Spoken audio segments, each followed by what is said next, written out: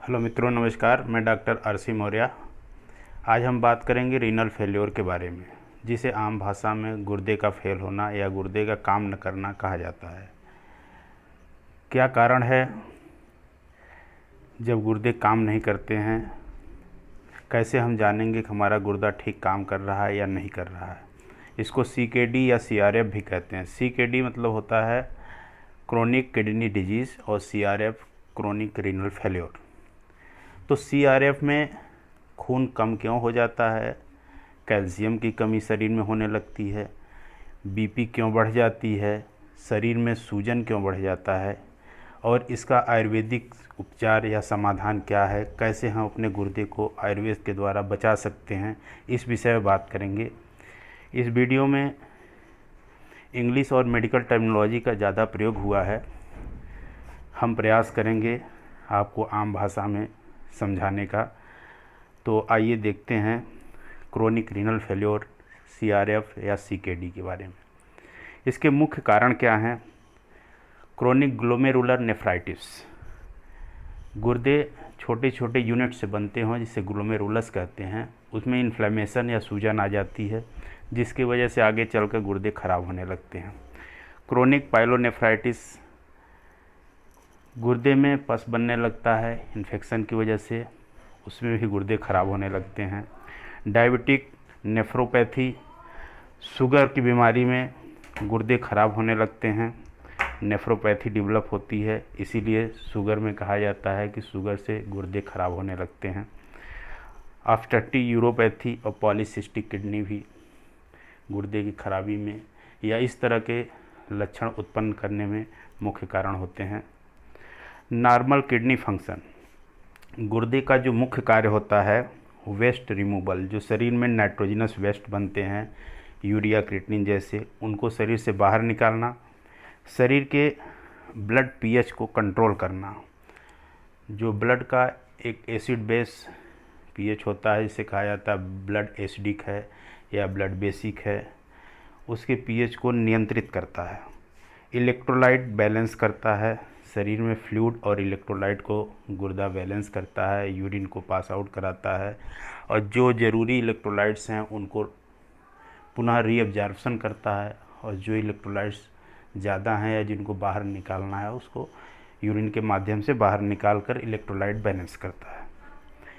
गुर्दे से या किडनी से 3 तरह के हार्मोन्स निकलते हैं। रेनिन हार्मोन जो हमारे ब्लड प्रेशर को रेगुलेट करता है, एरिथ्रोपोइटिन हार्मोन जो हमारे आरबीसीज़ को, जहाँ बोन मैरो में वो बनते हैं, उसे स्टिमुलेट करता है और आरबीसीज़ को बनाता है, ताकि हमारे रक्त कणिकाएँ बने और खून की कमी शरीर में ना होने पाए।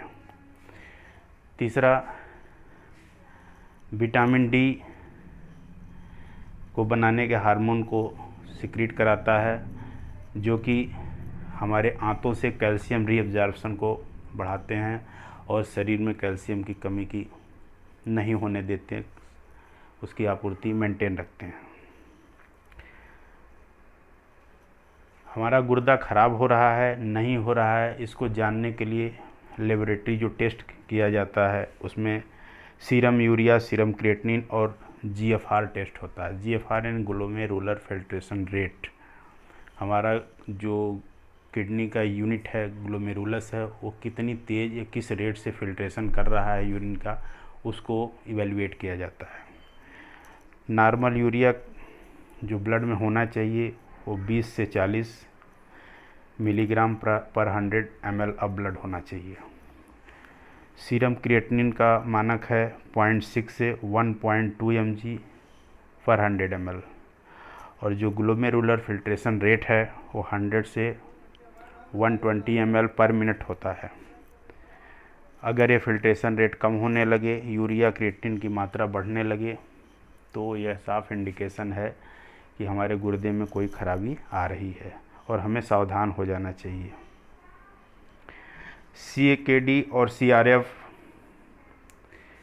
में गुर्दा खराब होने पर क्या होता है, ऐसा क्या होने लगता है जिससे शरीर में, जो हमने पहले बताया कि 4 चीज़ें परिवर्तित होने लगती हैं, तो उसको हम देखते हैं।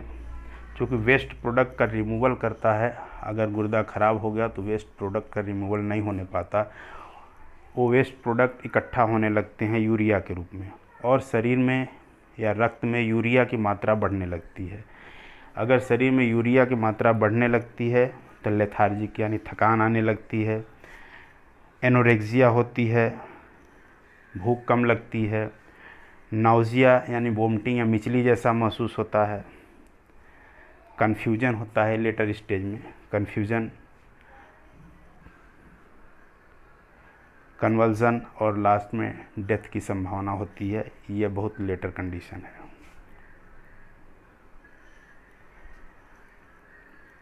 डिस्टर्बेंस ऑफ ब्लड पीएच यानी एसिड बेस का जो नियंत्रण होता है वो ख़राब होने लगता है। ऐसा क्यों होता है?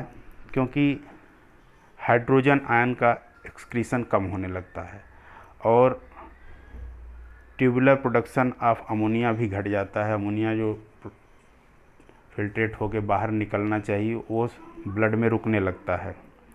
बाइकार्बोनेट रीअब्जॉर्प्शन कम हो जाता है। ये चीज़ें गड़बड़ होने से ब्लड की एसिडोसिस डेवलप होने लगती है, उसकी अम्लता बढ़ने लगती है।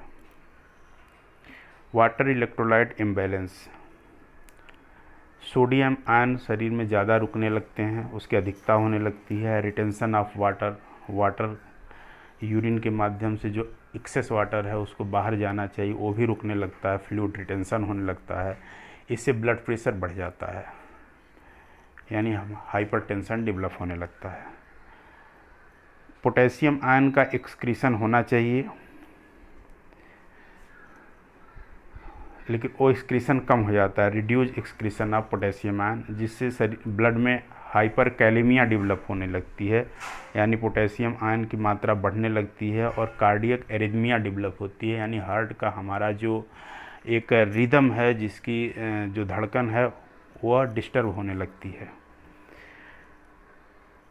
फास्फेट आयन का एक्सक्रीशन भी कम हो जाता है, जिससे शरीर में या ब्लड में हाइपर फास्फेटिमिया यानी फास्फेट की मात्रा खून में बढ़ने लगती है। हार्मोनल एबनॉर्मलिटीज़ डेवलप हो जाती हैं। जब गुर्दा ख़राब होने लगता है तो गुर्दा श्रिंक होता है, उसका रीनल मास कम होने लगता है।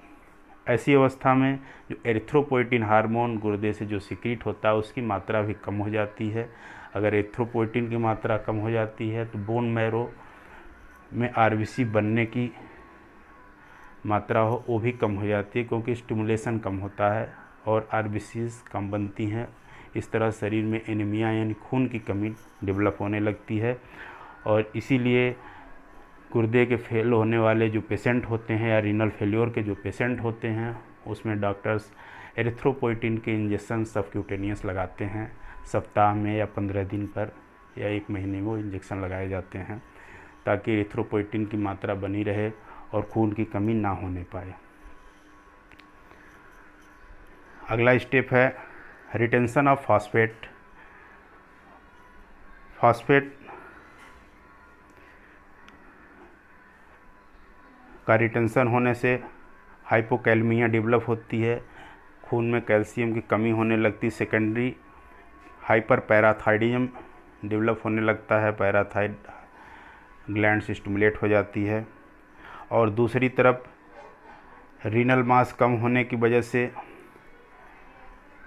1 अल्फ़ा हाइड्रोक्सिलेज नामक हार्मोन कम हो जाता है। यह हार्मोन कम होने से विटामिन डी कम होती है और आंतों से हमारे भोजन के साथ जो कैल्शियम होता है उसका रीअब्जॉर्प्शन कम होने लगता है और खून में कैल्शियम की कमी होती है।